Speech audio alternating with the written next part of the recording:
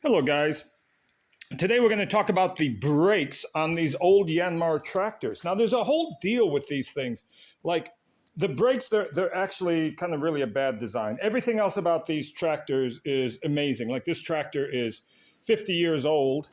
It's probably about 50 years old, probably made in the late 70s. What's it got? 56 hours on it? I think that's what it says. 56 hours. So it's a real barn find. I got it from a guy who spent a lot of time refurbing it.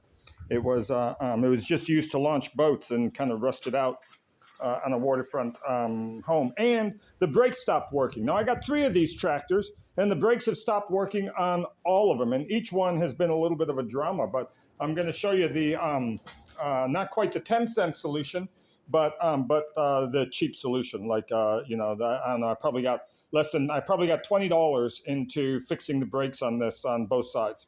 So we're going to start on this side here just so that you see. This right here is the brake cover. 4 bolts get removed. That pin right here gets removed, and then this cover comes out. Okay, when you remove that cover, what you're going to find is this little spinning piece right here. That's inside the gearbox and attaches through a gear to the drive wheel right here. Okay, so we get back over to this guy right here, okay? If this failed, if this rusted away or cracked, well, I'm not sure what we're going to do. I'm thinking about that. I have. You can see over there, I'm pretty set up. I've got a machine shop here, and I might end up having to make one of those. I'm just not sure how I would make the connection to the drive shaft to the hub. The rest of it, I think, the rest of it all looks pretty straightforward. But that's not what we're on today. Today, we're just on the brakes. So now you pull out that flange, and you're going to find this piece right here. Now you can see there's nothing to this. It's just a flat. A flat landing here for the back side of the shoe, and the front side of the shoe just has this little lever. And when we pull this lever, what you're doing with your foot, that's it. It expands the brake shoes. See how that works? Okay, so there's not much to it.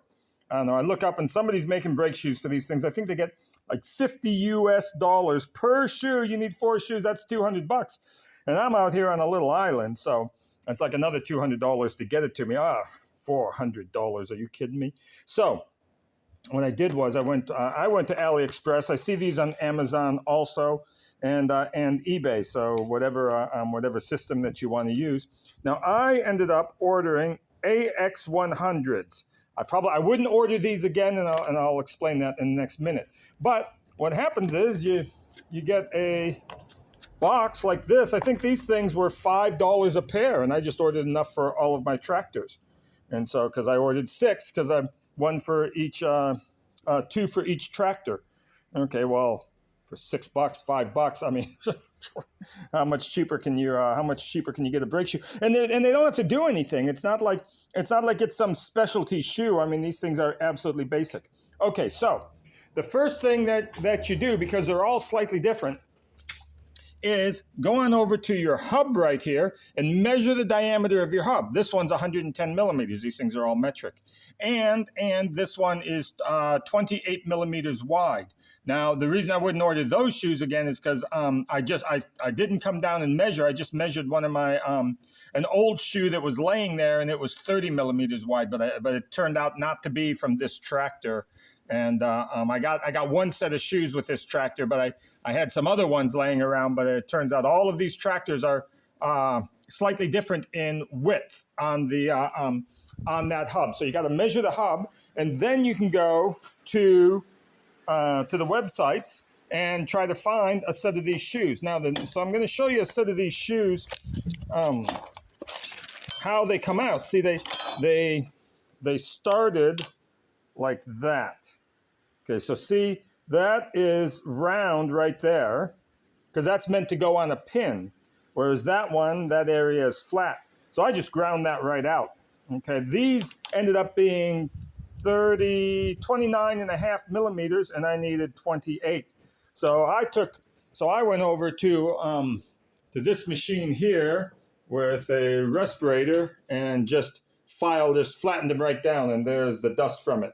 Okay, so that's one system. I could have easily done this done this with a grinder, a hand grinder. In fact, I'm probably going to do the rest of them with a hand grinder because look at that. All those belts, they're all jet belts, and every one of they all just kept breaking. They got lots of grit on them. I'm going to see if I can figure out how to re-glue the tape. But anyway, so then I came over here. The other thing I had to do was see the width right there. See, that face right there has a little metal insert, a little wear insert there, if you can see it. Okay, turns out that that distance across here, which isn't given on the width of the shoes, the width of the shoes and the diameter of the finished product are given on the websites. But this landing here, I never saw that, never even considered it. And that was like 2 millimeters too wide. So I had to grind that down also. No big deal. Just the rest of this is all aluminum and some friction material. So when you go to grind it, just disappears. No problem at all. That one's actually got some low grade steel. So yeah, okay, a little, a minor bit more. Okay, and then, okay, so then that's it. Then I just kept grinding until I got to my, there it is, 109.87, like, okay? And those over there, so I got 1/10 of a millimeter, and it'll start breaking in. Now, if you still have your old shoes, a little bit of bonus material here. What I did with the old shoes that came with the, what I've been doing for years, is I pull them off, and I go to that point right there. The old ones are steel. See, the ones that came on the Yanmar tractor are steel. And the problem with these is not that we wear out our material. There's plenty of material on all the old shoes. The problem is that we just get to where we're out of adjustment. Now, you know, any modern vehicle, right, this part right here, you know, they got that ratchet and the little star deal and all that. And so, you know, you put the car in reverse and bounce in reverse a few times, it goes click, click, click, click, and resets your brakes, right? Okay, well, not these, because, you know, these things just have, they're very basic, 50-year-old technology here. So that's just a flat piece of metal. So what I did is I just took those shoes off, flipped them over, grabbed one of these welding machines, that one, oh, look at all them, I got welding machines everywhere in here. I just grabbed one of these welding machines and built up the bottom of the shoe. And once I got the shoe built up a little bit, I just flattened it back out with a grinder, put it back in the machine, and that's how the other ones are going. And I may just leave those until they stop working. But anyway, that's the guy asked for a. Oh, okay. One more thing. When these go in, you got to put them in with some type of gasket material, because one of the things that happens, you can see all the rust that's in there, right? Well, they fill up with water, and once they fill up with water, you know, these things. You know, they're not supposed to, but everybody leaves these things sitting out in the rain, you know. I mean, I live in a rainforest, you know, look at it out there. It's raining. Like, you know, 2 out of 4 days at least, we get some torrential downpour.